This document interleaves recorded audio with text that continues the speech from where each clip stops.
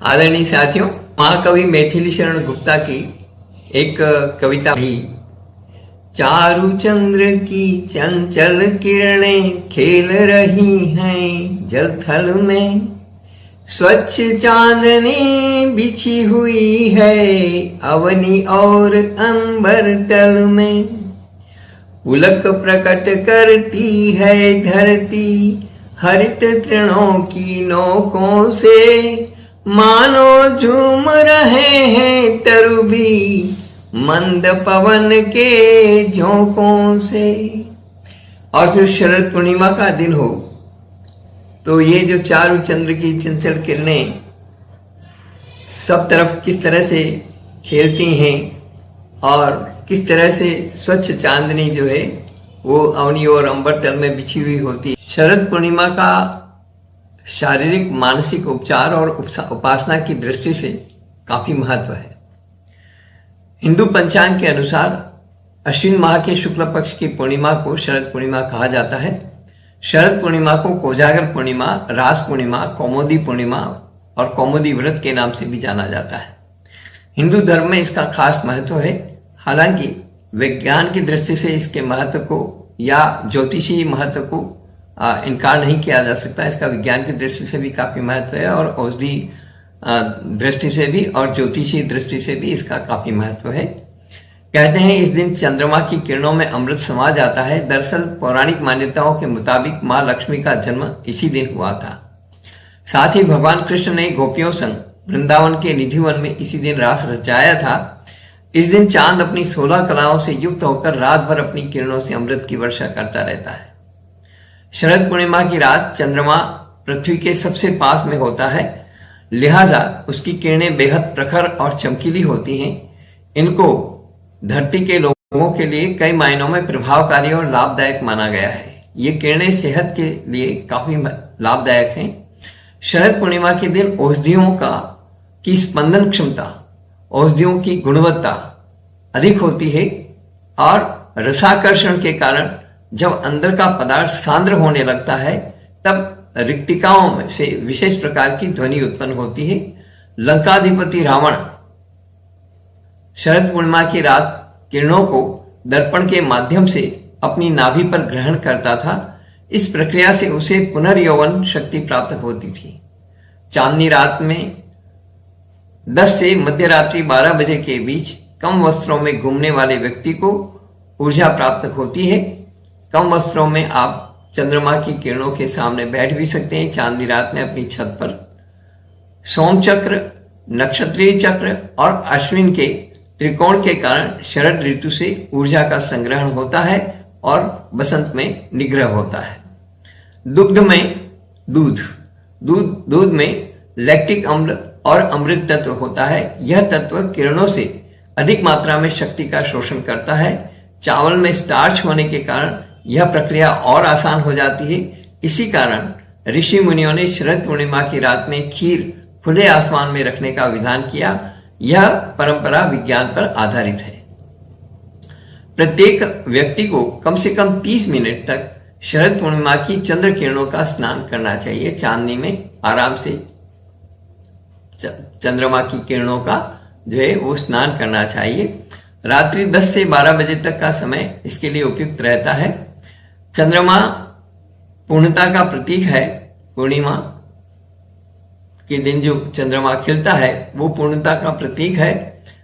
और पूर्णिमा के दिन जब आकाश में पूरा चंद्रमा होता है, ध्यान, कायोत्सर्ग, योग, प्राणायाम व ईश्वरीय उपासना की क्रियाएं विशेष लाभप्रद होती हैं।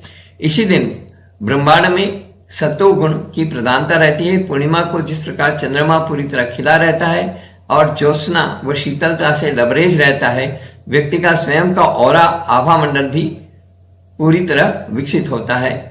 जो आपका ऑरा है, जो आपका आभा मंडल है, वह भी पूरी तरह से विकसित होता है। मस्तिष्क अथवा दिमाग से हमारा अभिप्राय व्यक्ति की चेतना, भावना और कामना। चंद्रमा की कलाएं न केवल पृथ्वी, जल, आकाश, तेजो व तत्व, अग्नि व वायु को प्रभावित करती है, बल्कि मानव मस्तिष्क को भी सीधे सीधे प्रभावित करती है। चंद्रमा के वैज्ञानिक, मनोवैज्ञानिक, मनोवैज्ञानिक ज्योतिषीय एवं गणितीय महत्व से इनकार नहीं किया जा सकता। आज की जो सारी मैथ्स है, जितनी भी साइंस है, और उसमें चंद्रमा का जो ये पूर्णिमा है, इस पूर्णिमा का महत्व और चंद्रमा की जो कलाएं हैं, 16 कलाएं, उनसे, उनके महत्व से कोई इनकार नहीं कर सकता। पूर्णिमा के दिन रेकी हीलिंग जो हम करते हैं, हमारी चिकित्सा पद्धति का एक हिस्सा है। उन क्रियाओं का स्वास्थ्य की दृष्टि से विशेष प्रभाव होता है। पूर्णिमा के दिन दिमाग भी हल्का रहता है और व्यक्ति के आभा मंडल में उसकी प्रकृति व भावनाओं के अनुरूप तरंगें अनवरत रूप से बहती रहती हैं। विभिन्न धर्मशास्त्रों में ऐसे कई सूत्र हैं और सौरमंडल में ऐसी कई सकारात्मक सात्विक ऊर्जा तरंगे हैं जिनके माध्यम से सामान्य साधना द्वारा गंभीर से गंभीर बीमारियों का उपचार किया जा सकता है और व्यक्ति प्रसन्नता पूर्वक अपना जीवन निर्वाह कर सकता है। जैन सूत्रों का विशेष विधि से उच्चारण, जैन धर्म में शक्रस्तव, नमोत्थनम, लोगस्य भक्तामर स्त्रोत, उवसगर स्त्रोत, नमोकार मंत्र आदि कई ऐसी साधना विधियां हैं जिनकी उपासना से उठने वाली तरंगें सौर मंडल में यत्र तत्र फैली हुई अरिहंतों की ऊर्जा तरंगों तक पहुंच सकती है। अरिहंतों की सेवा में लगे कई देवी देवताओं और सिद्धियों को ये तरंगे प्रभावित कर सकती है, जिनसे हमारे कष्टों का निवारण संभव है। हमारी भाव तरंगे और विचार तरंगे उन्हें अपनी ओर आकृष्ट करती हैं। आज हम जो कुछ भी हैं या हम जो कुछ कर पा रहे हैं हेल्थ केयर सेमिनार के माध्यम से, और कई बार हम लोगों ने प्रयास किया कि कोई बहुत ज्यादा पीड़ित व्यक्ति है तो 5-10 मिनट में उसको बहुत आराम दे दिया। ये सब इस पूर्णिमा की ही करामात है।